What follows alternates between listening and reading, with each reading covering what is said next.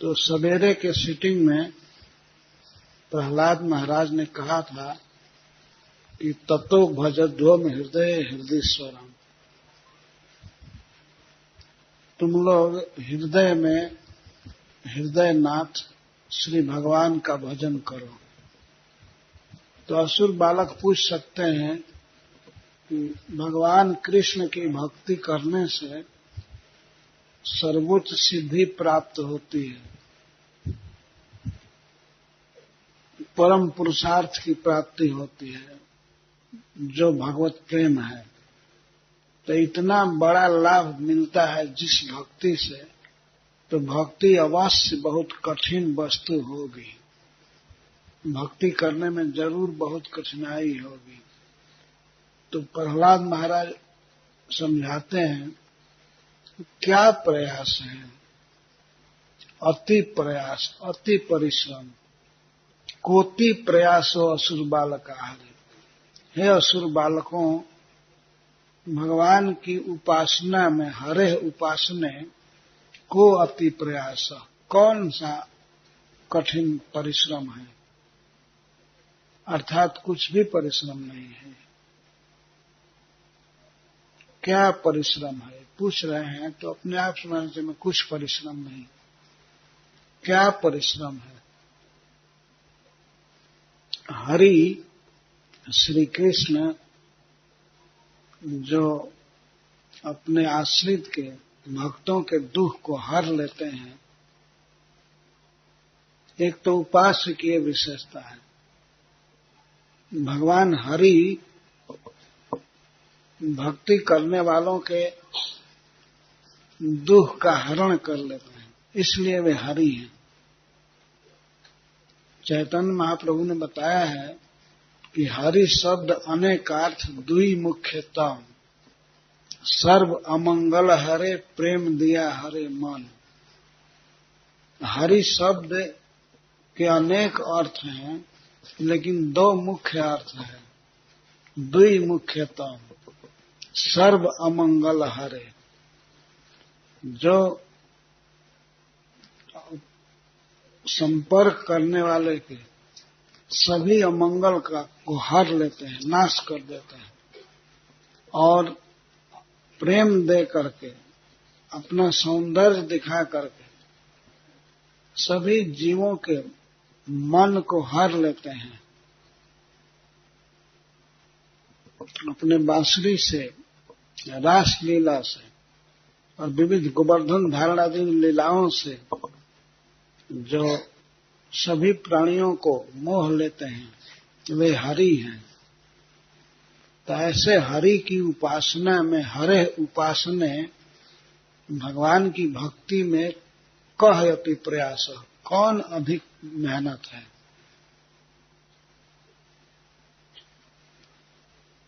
कोई कह सकता है कि यदि हरि दूर हैं तो उनको बुलाने में परिश्रम होगा, लेकिन यह परिश्रम भी नहीं है। हरि को खोजना नहीं है, वे सबसे निकट जीव के हैं, हृदय में हैं, और छिद्रवत हैं तो बहुत महान, सबसे बड़े हैं। जैसे आकाश सबसे बड़ा है, लेकिन प्रत्येक व्यक्ति के लिए आकाश सबसे अधिक निकट है। जहां जाएंगे वहां आकाश है, किसी के लिए आकाश सुलभ है। भगवान परम महान है, लेकिन सबके लिए सुलभ है। तो उनके अन्वेषण में कोई परिश्रम नहीं, उनको खोजना ही नहीं, हृदय में है, सबसे निकट हैं। ये प्रहलाद महाराज बता रहे हैं, असुर बालकों को उत्साहित कर रहे हैं कृष्ण की भक्ति में कि विचार करो, हरि सबके हृदय में है, वे हमारे हृदय में है, तुम्हारे हृदय में भी है, सब जगह है, और सर्वज्ञ हैं, सबकी भावनाओं को समझते हैं, सबके संकल्प विकल्प को समझते हैं। स्वे हृदय छिद्रवत सतः,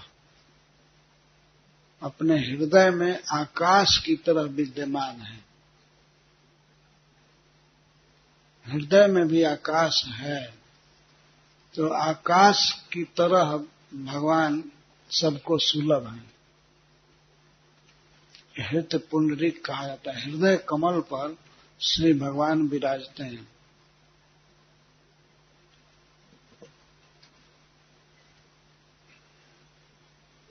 तो एक तो भगवान दूर नहीं है। अगर कोई दूर है तो उसको खुश करने में जाना पड़ेगा या बुलाना पड़ेगा, बहुत व्यवस्था करनी पड़ेगी। और आ भी जाए तो दूसरा परिश्रम है कि उससे मिलने के लिए अपॉइंट लेना पड़ता है। उसे मिलेंगे, वो अवसर देगा कि नहीं देगा। लेकिन श्री भगवान तो हृदय में ही हैं और सदा हैं।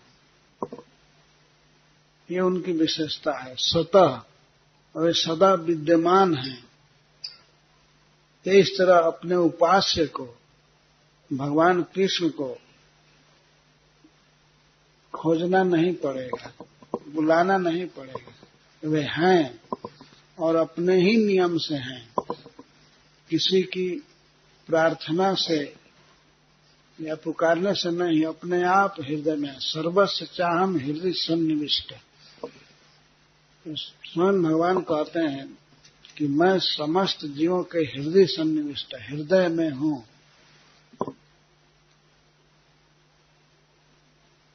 तो जो इतना निकट है उसकी उपासना में क्या की, उसकी भक्ति में क्या की? स्वस्यात्मनः सख्य। भगवान कृष्ण स्वस्य, अपने आत्मन, अपनी आत्मा है। वे जीव की आत्मा है। सभी अपने से प्रेम करते हैं। यह स्वभाव है जीव का। सभी अपने से प्रेम करते हैं। अपने को प्रसन्न करने में क्या परिश्रम है।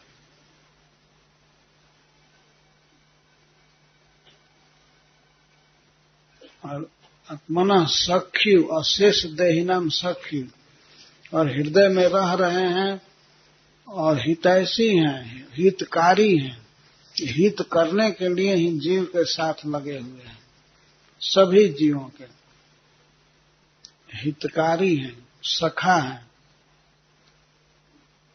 सखा कहते हैं उसको जो हित करे, बिना अपेक्षा के, बिना प्रतिदान के हित करे, उसको सखा कहते हैं। सखा का यह अर्थ नहीं कि साथ साथ खाए, एक साथ होटल में खाए चाहे कहीं भी, तो वो सखा है। सखा का अर्थ है अकारण हित करने वाला। तो श्री कृष्ण सभी जीवों के हितकारी हैं, हित करने वाले हैं। तो ऐसे मित्र को प्रसन्न करने में क्या परिश्रम है।